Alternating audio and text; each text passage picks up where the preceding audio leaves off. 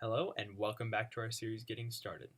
My name is Gordon Dodderman. I'm part of FTC Team 8372, Trial and Terror, and today we will be going over a program in its entirety to go over all the concepts we have covered thus far in the series.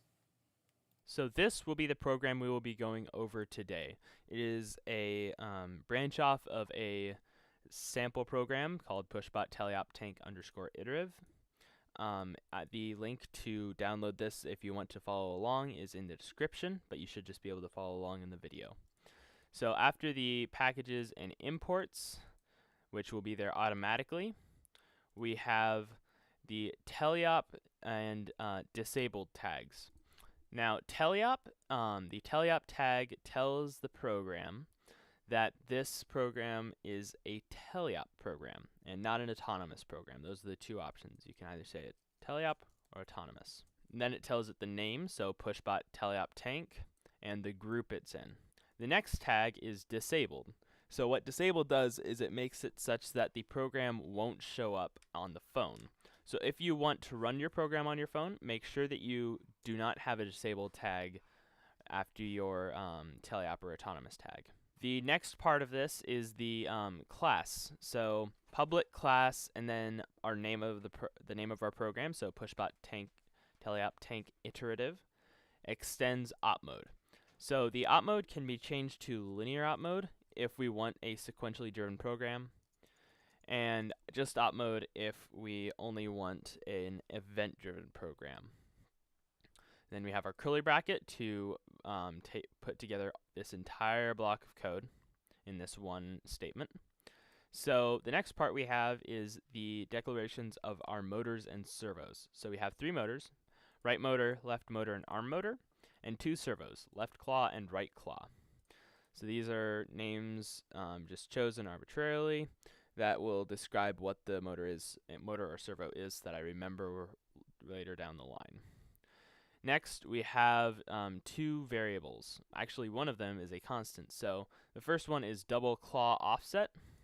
So we just have it set to 0.0 here because it's a double. However, we also have a constant called claw speed. Now you'll notice that because it's a constant, it is in all caps with an underscore here. So that way it will never be changed, even if we accidentally try to. So we say a public final static double claw speed. The next part is the public void init. So this is what will run once when the driver hits init. So here we have all of our hardware maps. So we have hardware map.dcmotor.get motor 1s through 3, and left claw and right claw are set to servo 1 and servo 2 respectively. So these will just run once and they will hardware map once, so that'll work out perfectly. Next we have a telemetry statement. So telemetry basically prints out words or strings to the screen of the phone. So here it is saying, say hello driver. The next part is the init loop, which is code to run repeatedly after the driver hits init, but before they hit play. We don't have anything in here because I don't think we need anything. However, it's still there. Once again, something that doesn't have anything in it but is still important is the start. So code to run once when the driver hits play. Finally, we have the loop function, which is the code to run repeatedly after the driver hits play, but before they hit stop. So we can see here that we have our loop, public void loop, and the curly brackets to put all this together. And then we begin on our teleop portion. So we have two variables here, double left and double right. So these will be able to hold our decimals that we'll need. And here we are setting them to gamepads. So these are the left and right stick Y, so up and down on both of the joysticks. And we're setting it to be the negative version of that by putting the minus sign in front of it. So if the gamepad is sensing 1, left will be set to -1. Next, we are actually setting our motors to left and right. So more or less what is happening here is we are setting our motors to left, which is pretty much this. So this is practically the same as saying set the power to this. However, by putting in a variable, it's much more clear what's happening. The next part is gamepads from bumpers. So what this is happening, so if the gamepad right bumper is being pressed, add to the claw offset by claw speed. So basically what this is saying is that is the same as saying claw offset equals claw offset plus claw speed. However, because of the shorthand, we're able to just say this. And then when we press left bumper, the claw offset is subtracted by claw speed.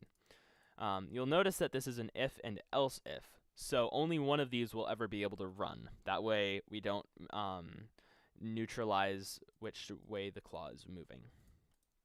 So next we are range clipping the claw offset. So what this does is the range.clip takes 3 parameters. It is a method that takes 3 parameters. It takes a number, a minimum, and a maximum. So what this does is it basically takes the first number and makes sure that it is in between the second 2 numbers. If it is outside, then it will clip it to the lowest or the highest number respectively.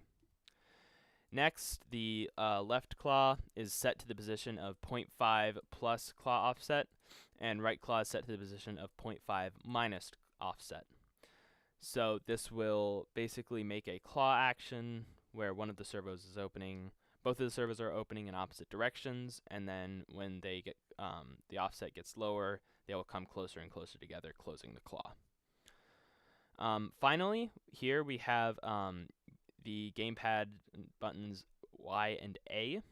So we have if the Y button is pressed, the arm motor will be set to 0.5.